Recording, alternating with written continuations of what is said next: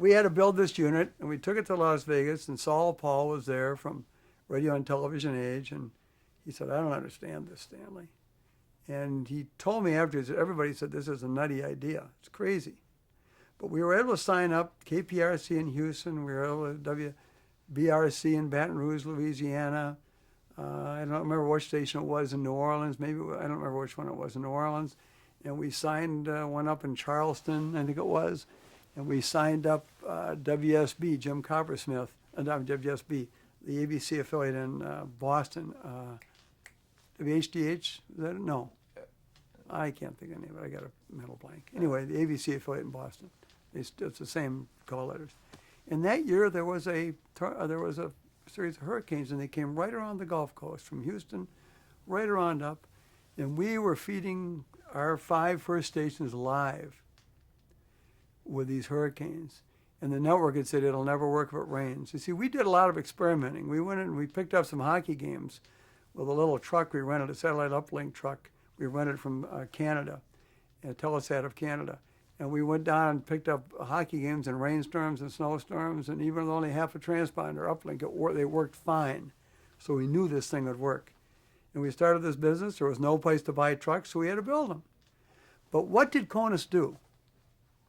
CONUS, and this is why I said we should have gotten an Emmy, never did. And the network, we know that when we applied for an award call, I'll tell you, the networks killed it. The networks did not want CONUS to work.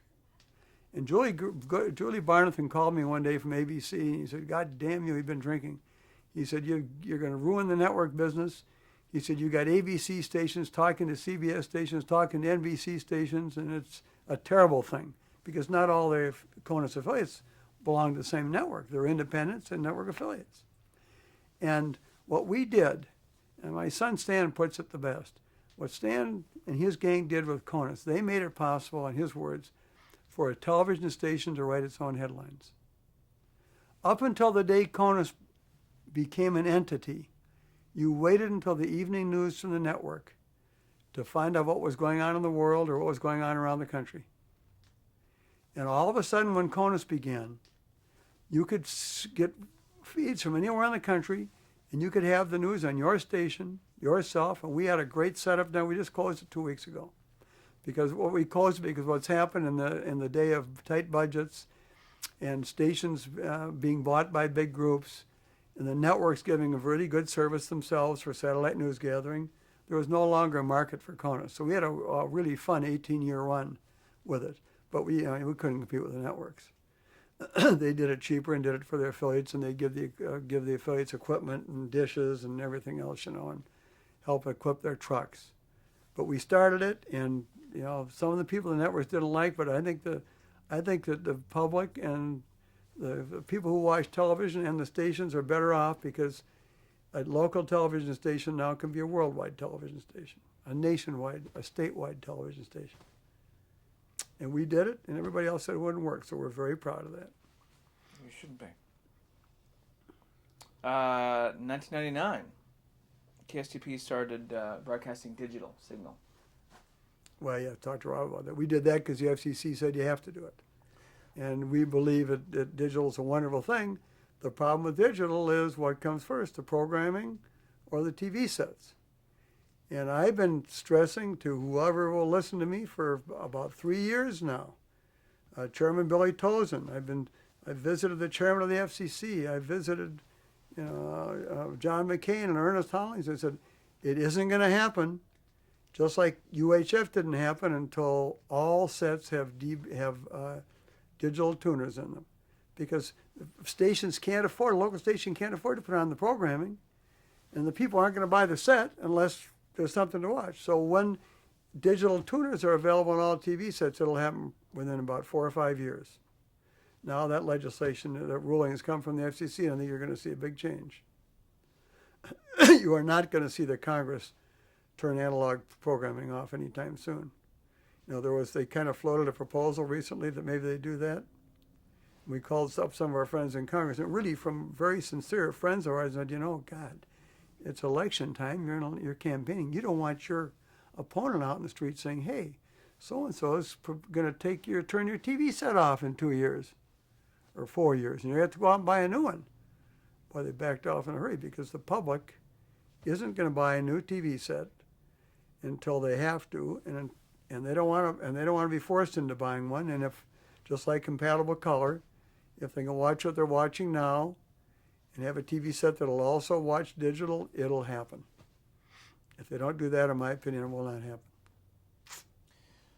And certainly to know the difference between and caring that the image is better is something that is That's not as big a factor as you might think.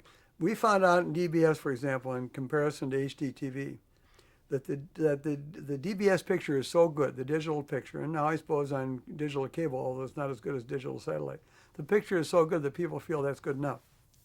So it's going to have to be the programming, in my opinion, that sells digital or sells HDTV, not just the fact that, wow, that's a great picture. Programming, people watch programs, they don't watch pictures. Remember when TV started, they watched a fuzzy picture. And they'll still watch a good program with a fuzzy picture as against a good one with a lousy program. So obviously it was unrealistic mandate when the government said we have to switch over to digital in 5 years, I think was original, right? Yes, it was, in my opinion, it was an unrealistic mandate because nobody was going to build the sets. Now the set manufacturers say, oh, it'll cost $100 or whatever per set. Well, it may for the first million. But after that price, I understand, when it comes to chips, will come down, so it'll cost $5 or less than 10% to have a tuner that can watch analog and digital. It'll be very cheap. But they don't want to lay out the initial money. But they're going to have to. So what? We've done our part. Broadcasters have done our part. We are broadcasting in digital, putting a digital signal up. All the networks have HDTV programs. They're available if you want to watch them. But there's got to be sets. You can't go in the store and buy an HDTV set. You got to buy a monitor and then a tuner. It's crazy.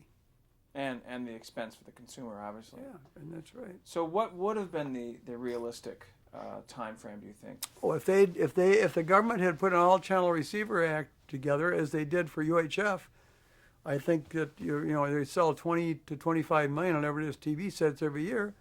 By today, almost every home almost would have at least one or more digital capable sets. But people aren't going to throw away their TV sets. You buy a good TV set today, it's good for a lot of years. So I think before there can be a final switchover, I think you're looking at 10, 15 years. Because what politician is going to tell your grandmother that she must throw her TV set away? I don't think you can do that. It'd be great if you could, but I don't think you can. Think about it. What about the other aspects of digital television? The fact that the consumer, in essence, could potentially get bonus material, whether it's even keeping the internet out of it for right now, that more can be transmitted through the digital signal than analog. Well, that's a very interesting prospect, but to date, nobody's figured out how to do it on a profitable basis. And cable has demonstrated that. Interactive television has never worked. I was on a government commission when Mr. Clinton was president, and they called it the Gore Commission. It was, what do we do with broadband? And Brent Magid, Frank Magid's son, who's now the CEO of Magid, told me about that time. This is quite a few years ago now, that the electronic superhighway is going to have a lot of fatal accidents. And it has had a lot of fatal accidents because people like to watch television. They don't like, when I say they, I'm talking about the mass number, don't like to interact. They go home at night and they throw their feet on the coffee table and they watch television. So all this interactive stuff, is a niche. Interactive is a niche business. Now, by satellite, a niche business can be a great business because if you get 1% of the homes, that's 1 million homes. Well, now it's more than 1 million. It's 105 million or whatever if you get 1%. When you started DBS, it was 1 million.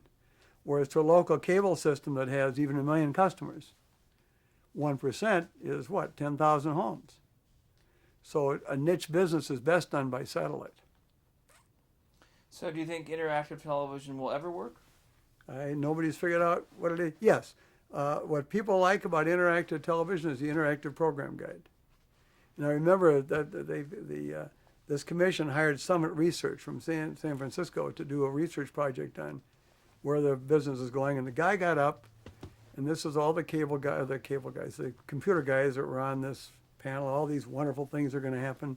Remember Ray Smith from a telephone company in New York, Bell Atlantic, when they were going to buy them into the television industry, and they were going to buy TCI. And he said, everybody's going to shop. They're going to buy their car at home. He said, you'll sit there with your clicker, and you'll see the car you like, and you'll click the button, and the dealer will bring it out to your house for you to try it. And I thought to myself, how many people can call a dealer and say, bring the car to my house, I want to try it? You got to weigh these things. And what my friend Sid Barrell, our lawyer, used to call, he died, he's cynical acid. Or I remember C. Everett Koop appearing before our committee and saying, you're going to be able to examine your child at home. Your child will open his mouth and say, and the doctor will look on this, internet phone, and he'll say, your child has strep. And I said, Dr. Koop, this was after his presidency, will my wife be able to get a mammogram? Sitting at home on the couch. And I said, when I raised kids, they always took a swab to see if our kids had a strep throat. Didn't do it by looking in the throat. See, all these things sound good. So the guy got up from the Summit Research Company and from San Francisco Bay Area, and he said, he'd been listening to all this stuff. He said, a lot of you people are not going to like what I'm going to have to say. But he said, I'm going to tell you this. Based on the research which you commissioned, television sits at the very apex of American culture.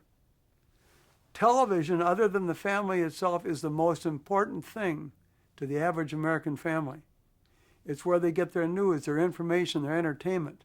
Nothing is as important in television. And the only interactivity that the average American is really interested in is an interactive program guide. What's on, what's going to be on, who's playing and what's on, how long is it going to run. And of course, that's available with DirecTV or with Echo. And that's what people are interested in. They watch programs. And it's interesting, the latest research that says that 73% of the people, I think it was 73 or 76%, when they use computer, have a TV set on. Isn't that interesting? What about the generation of kids now who are growing up with computers and somehow are able to manipulate and multitask at a rate that has never been seen in human history? People have always multitasked. I've always multitasked. My wife has always Are you married? Yes. Does your wife have the TV on in the kitchen? Yes. She's multitasking. We've all multitasked. And then when something catches our attention, we watch. And another thing that you have to understand, people love commercials. Most people find commercials to be entertaining and informative. And they make, commercials are better than ever. They are entertaining and they're informative. People like to learn about new products. And when you advertise and say, well, commercial free, that doesn't, mean anything to anybody. It might mean something to a kid who's listening to a rock and roll radio station. But commercials don't bother people. You don't think? I know. I've seen the research, and I've seen Frank Magid do the research. You watch commercials. No, I don't. You don't? Well, you're very unusual if you don't watch. You don't watch TV, huh? No, I have TiVo. Well, you have to manually go past the commercials. And that's what I wanted to ask you. Very few people do that. Very few people in the TiVo world do that. I don't think TiVo is going to be all that successful because you have to pay $9 and something a month, and you have to do something. But doesn't it give you an option of choosing? Do you foresee the It gives you an option of time shifting. Right. It gives you the option if you want to watch NYPD Blue at 10:30 instead of at 9, you can do it. Right. But most people watch the commercials, and even on TiVo, you're an early adopter. You're a person who's interested in television. You're not a typical couch potato. I think couch potato is a wrong word, too, a bad term.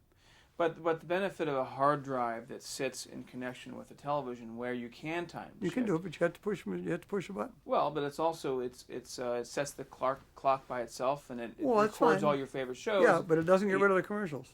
It's true. You have to do that. But don't you think that it would be allowing the viewer to watch the shows whenever they want? Yeah, they time shift. It means more viewing for NYPD Blue, not less.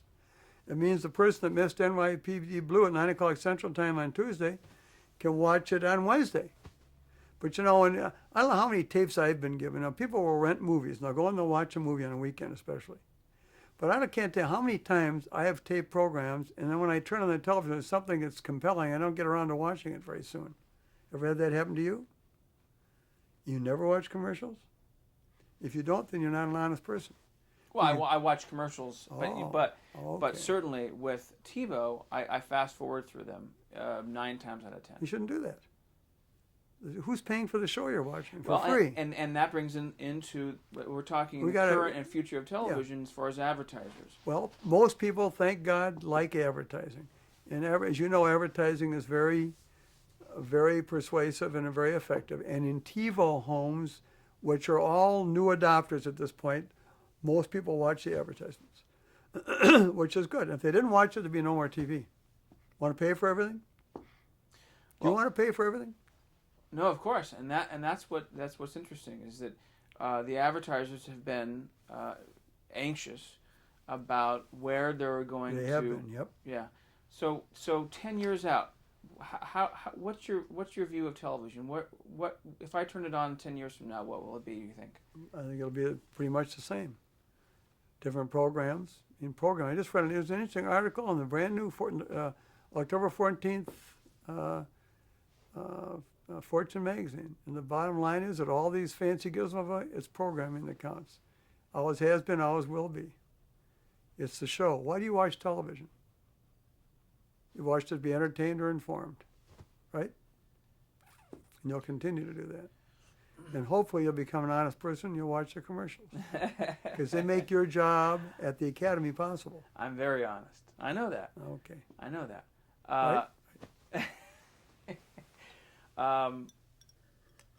You just made me lose my thought.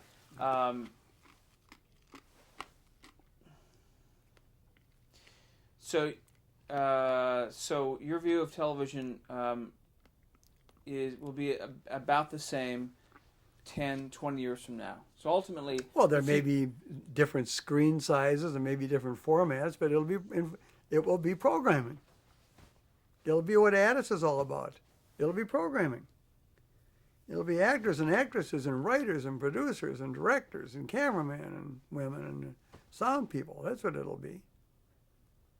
And I think it'll be local stations. it's ultimately the human condition. The Right. human condition, right? Will always be there. We will always have to go to the doctor. We will always want That's to right. Remember relax. when TV came along? No one's going to read books anymore. No one's going to listen to the radio anymore. No one's going to go to movies anymore. All those industries are doing better than ever.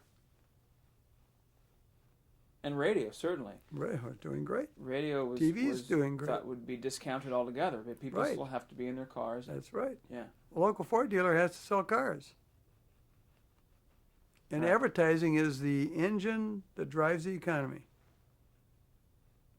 Don't ever forget that. What about the growth of internet affecting broadcasting? What do you think about that? Well, as I say, most people who are on the internet have the TV on also. So, I don't know. I know my kids got bored of the chat rooms. They were into that for a while, and they got bored of it. And internet's here to stay. I mean, Do you think there's a We all use convergence? pardon? You think No, I there's- don't. I think that I was the president of Sony in Tokyo, and he told Bill Gates, and I think he's absolutely right, that the computer is a personal mechanism, and the TV set is a shared mechanism. Remember, people were going to talk to the TV set and tell it what channel to be on? It's like I see people in the bed of their wife. Channel 5, Channel 4, Channel 5. It's a computer is a personal device, and now they're getting smaller and more personal, aren't they? Let's talk about the FCC for a second. Throughout your career, you've dealt with the FCC as it's grown Yes, and I evolved have. over the years. What do you think the government's role is in as far as broadcasting? Well, that's a changing role, and I can say, except for during the Kennedy Johnson era, the FCC has been a very reasonable and helpful organization or government institution. It was during the Kennedy era when they had this guy Johnson And Kennedy wanted to scare broadcasters into doing his bidding. And they got this Newton Minow who talked about the vast wasteland. Who is Newton Minow to tell the American people what they should or should not watch?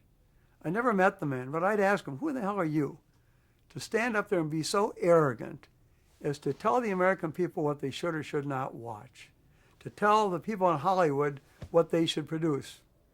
You know, we produce entertainment that people want to watch. We don't need you, Mr. Minow, to tell us. But we had this Commissioner Johnson and Newton Minow there raising all sorts of cane because they wanted to intimidate broadcasters. That's what it was all about. And I'm one of the few broadcasters when he gave that speech who didn't applaud. I didn't have any respect for him from that moment on. And after the Johnson era was over, then the commission started to get back to its old, Nick Johnson his name, got back to its old self where it was trying to help people develop things. They were the commission was very helpful to us in developing direct broadcast satellite.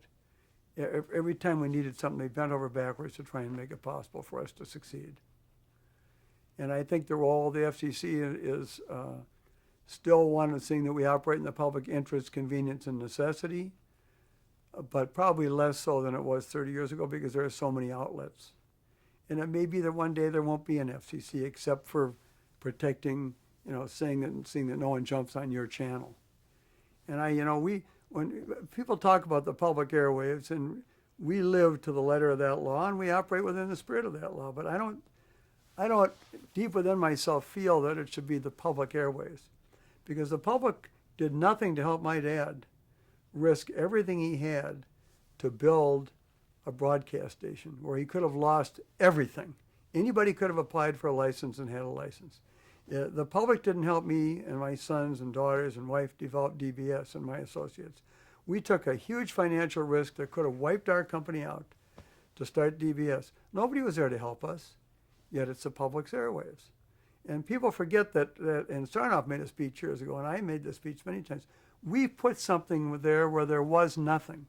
When you take oil out of the ground, you're depleting a natural resource. When you take take iron ore out of the ground or coal out of the ground, you're depleting a natural resource. Broadcasters are not depleting a resource. We created a resource with our time, our energy, our money, and our risk and our guts. So I think that it would probably be proper someday if they say the people that built those stations, it's yours, you built it, you put something where there was nothing, and we'll guard that frequency and see that nobody steps on it for you. I think that's a proper role of government, because now there are enough outlets. But as I said, we don't need the government to tell us to operate in the public interest. Our best interest is to operate in the public interest. Every broadcaster's best interest is to operate in the public interest. Sometimes you'll find a bad one. Sometimes you'll find, what's this guy in New York, this dish jockey? I can't. Howard Stern, is that his name? I mean, the guy, to me, is a disgrace to broadcasting because he's not helping anything in the morals of the youth or whatever. But we live within the letter of the law, and we operate in the spirit of the law, and we'll continue to do that as long as that's the law.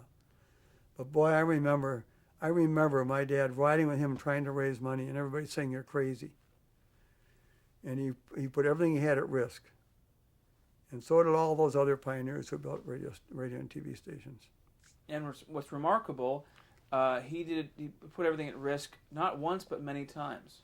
Many times, that's right. It started all over again with color. And, fighting for news. Were we going to be able to put our news on the air, or are we going to have the government censor us? And there were people, like Newton Minow, who wanted to censor. He'll deny that.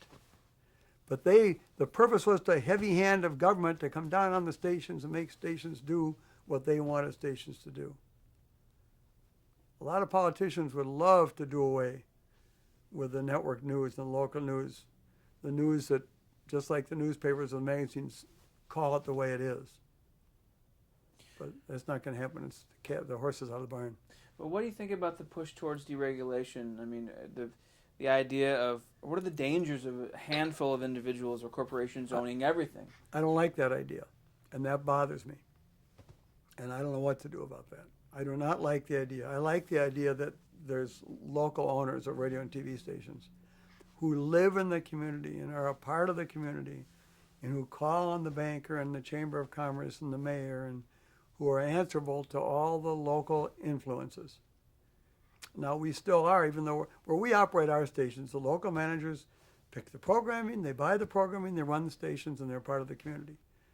Gannett, which is a great company, I think most of their syndicated programming is bought by the company. Nothing illegal about that or wrong about that. It makes an efficient buy, but it takes it out of the hands of the local. But they still run great local operations. But you're an ABC affiliate, which is owned by Walt Disney Corporation. Yep. That kind of thing. Cap Cities was involved. Are those concerns of yours as far as? Yeah, they're concerned, but not losing any sleep. And we're the only local-owned stations in Minneapolis-St. Paul, radio or television. And privately owned. Yeah, the only ones. You know, Channel 4 is owned by CBS. Channel 11 is owned by Gannett. Channel 9 and 29 are owned by Fox. I don't know who owns 23, but it's not here. It's a different broadcast company. Clearview, I think, owns them. Do you think the Viacoms of the world will continue to amass properties, or do you think that there's a limit to that, where AOL, Time Warner, or Viacom can only take in so much? Well, there seems in the events that occur over time, there seems to be a pendulum, doesn't there? And it goes too far one way, and people get fed up, and then the government says no more, and then it goes the other way, and then it starts coming back the other way. So, I can't predict. I don't know. As long as nobody abuses, as long as nobody does anything that people would think is abusive of their license, everything will be fine. I think if all the television stations started singing some political tune, people might not like that. But if there's another station in town singing the other tune, well, then maybe that's fine. It's a marketplace of ideas. It's the way it should be. How do you envision Hubbard Broadcasting in the future? Can't tell you that right now. I know that we're in the process of developing a cable satellite program called Movie Watch. Done a lot of market research on it. Got clearance on DirecTV already, working for other clearances. That's one thing we're working on. And what's the mission there? I'm sorry. And the mission is a full 24-hour channel all about movies, everything about movies. And it's a great thing. It's got Chuck Dolan said it's the right program at the right time at the right price, and we hope it'll be successful. We hope it'll get carriage, and it'll be very cable and satellite friendly because it'll help the viewers know what's there. There's like 2,500 different movies a week on the satellite alone. So, how do you decide which one to watch? And you learn about stars. It's going to be a fun channel. Like behind the scenes and who's starring and who's directing. And I hope that we'll have more stations at some point. And we'll see what happens. We'll see what new comes down the line. So as you continue forward, you continue to see perhaps what makes sense to you logically, and that's how you run this company? We try and see if it's something we see that really threatens us, let's join them and be a part of it, like DBS. And if we see an opportunity that we think we're able and qualified to be a part of, and it's honest and moral and above board, we'll look at it. And if we can afford to do it. Everything costs money. Talk about the roles that your family, and specifically your children, hold in the company. Well, Karen and I are very lucky because we have 5 kids, and every one of them, they're not kids, they're adults. Every one of them were good, honest, upright citizens. They all worked in the business from the time they're little kids, just like me. Karen and I dragged them to the affiliate meetings and dragged them all over the place and got them involved in business conversations and said, stand up and give a talk about this, that, and the other, and really got them immersed around the dinner table and otherwise in the business. And Rob is the president of our television division. Jenny runs our radio division. She's a chip off her grandfather's block. She's just a great radio operator. Done a fantastic job for us. Our daughter Kari runs our foundation. Jenny, as I said, runs the radio. Who am I forgetting? Stan runs Hubbard Media Group, which is trying to develop this new channel. He was the president and CEO of U.S. Satellite Broadcasting. He's very highly respected in the programming in the cable and satellite community, and That's what he's working on, and our production company and other things report to him. Conus did, and he decided he had to close it down, which is a hard thing. And our daughter, Julie, we're in the bookstore business. We have 3 bookstores. Not a great business, but they're growing and they're fun. So it's something you encourage. And they're all